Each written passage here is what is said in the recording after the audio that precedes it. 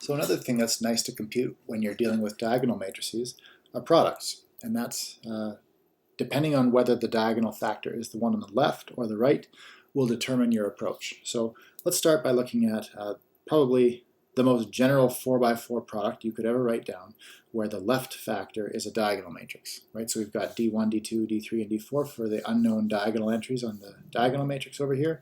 And then this 4x4 matrix is just as general as you could possibly have. Okay, so let's compute a few entries, just enough. I'm going to do this a bit bigger so I can space things out, just so that you can actually see the pattern. And it doesn't take long before you start to see what's happening. So let's compute the first entry in the first column. So the entry in the first row and the first column of the product. So this is a 4x4 matrix, this is a 4x4 matrix, the product's going to be 4x4 as well. So how are we going to get this entry? Well, we're going to take this row of the left factor and this column of the right-hand factor. And then we're going to multiply each entry and add up the products. So look what happens. You get D1 times A11, but then what are the other three products? 0 times A21, 0 times A31, and 0 times A41. All those last three products are just going to be 0. So you're just going to get D1 times A11. Let's look at the next entry in the first row. So this is the entry in the first row and the second column of the product. So we're going to take this row and we're going to multiply it by this column. So I'm going to have D1 times A12, D1 times A12, and then 0 times something, 0 times something, and 0 times something. I don't even really care what these are because they're all getting multiplied by zeros. So the only thing that's going to be non-zero is D1 times A12. Okay, let's do two more entries and then we'll kind of take a step back and see what happened. So the third entry in the first row is going to be row 1 of the diagonal matrix and column 3 of this 4x4 matrix. So we're going to have D1 times A13, 0 times A23, 0 times A33, and 0 times A43. So again, the last three factors, the last three products just give us 0 anyway. So the only thing we need to worry about is D1 times A13. Okay, and then the last one, you might guess what's going to happen, but let's check it anyway. The fourth entry in the first row is the entry in the first row, fourth column. We're going to take row 1 and column 4, D1 times A14, and then 0 times A24, 0 times A34, and 0 times A44. We're just going to get a D1 A14. So if I close the matrix off, because this is probably big enough now that we can fit in the rest of the entries, look what happened. What is this? This is exactly the first row of the right-hand factor, just multiplied by the first diagonal entry in the left-hand factor. If you had to take a wild guess at what the next row would turn out to be, you might guess that it's just going to be the second row of the right-hand factor multiplied by the second diagonal entry of the left-hand factor, and if you guessed that, you would be correct. Although there's nothing stopping you, if you're not convinced, there's nothing stopping you from just working it out by hand, right? What would the first entry in the second row be? It would be the second row of the left-hand factor multiplied by the first column of the right-hand factor. So we'd have 0 times A11, D2 times A21, 0 times A31, and 0 times A41. And again, the only product that's not automatically 0 is D2, A21. And that's exactly the first entry in the second row of this matrix multiplied by the second diagonal entry in the diagonal matrix. And indeed, if you check this carefully, what you'll get for the next row, for the rest of this row, is D2, A22, D2, A23, and D2, A24. Okay, and the third row is just going to be D3 multiplied by the third row of the right-hand factor. So you'll have D3, A31, D3, A32, D3, A33, D3, A34. And then the last row, you guessed it, it's going to be this row down here multiplied by D4. So we can fill this in now. D4, A41, D4, A42, D4, A43, and D4, A4, 4. This is as close as I can give you to a formula for left multiplication by a diagonal matrix, right? The important part is to see the behavior. Really what's happening is you're just taking each of these 4 rows and multiplying them by the corresponding diagonal entry in the left-hand factor. So once you catch on to that, you don't have to use the definition of matrix multiplication, because really what ends up happening, all these zeros are just not doing anything. That's really what it comes down to. Okay, and there's a similar rule if you perform multiplication where the factor on the right is a diagonal matrix, except it just happens that the way it works is if we perform this multiplication, we have a 4 by 3 multiplied by a 3 by 3.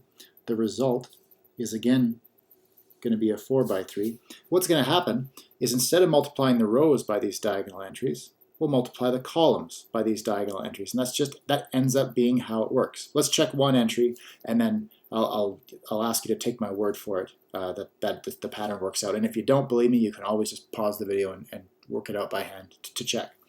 But let's work out the first entry here. That's going to be the first row, first column. So we're going to go A11 times D1, A12 times 0, and A13 times 0. So we're just going to get D1 times A11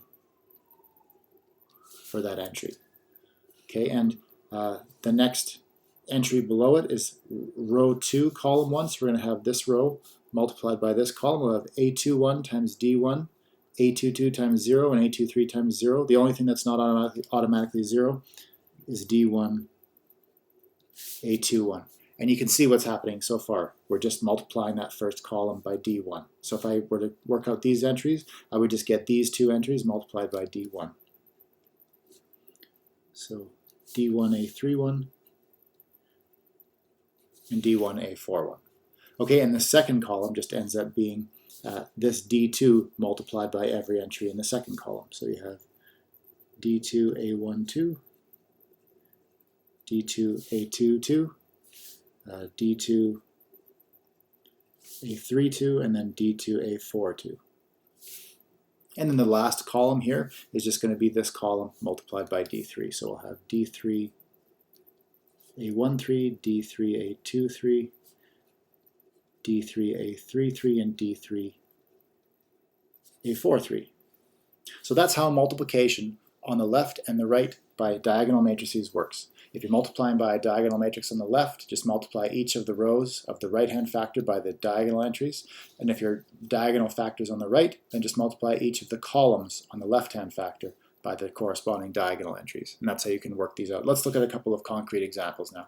So here we've got a diagonal matrix on the left, and we have a 3 by 4 matrix over here, so that we have a 3 by 3 times a 3 by 4. The result is going to be a 3 by 4, and we're going to compute it using essentially this rule up here.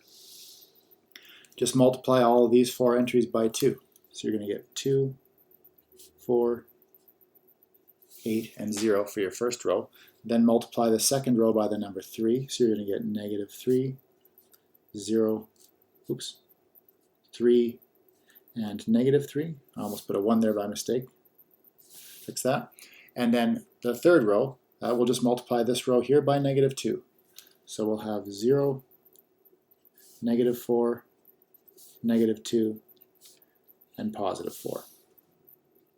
Okay, so that's multiplication on the left by a diagonal matrix. You can see what happened. I just multiplied these 3 rows by those corresponding diagonal entries. I didn't ever have to even use the definition of matrix multiplication, although it's the definition of matrix multiplication that you would use to show that this works, right? But once you accept that it works this way, you don't have to check from scratch every time. Okay, another example. Here we have the diagonal matrix on the right. So we've got a 3 by 3 matrix multiplied by a 3 by 3 matrix. The result is going to be a 3 by 3 matrix. And what do we do? Well, to get the first column here, just take this first column and multiply it by 3. So we'll have 33, 3, and negative 3. And then for our second column here, we're going to multiply the entries in the second column here by 2. So we're going to have 0, 10, and negative 6.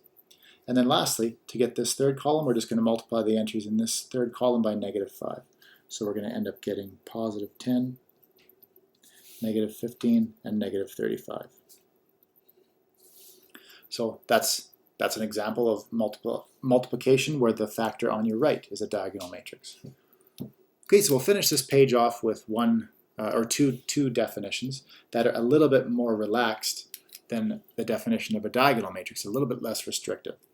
So here's the first one. A square matrix is said to be upper triangular if all of its non-zero entries are on or above the main diagonal. So upper triangular. Okay, and then it's said to be lower triangular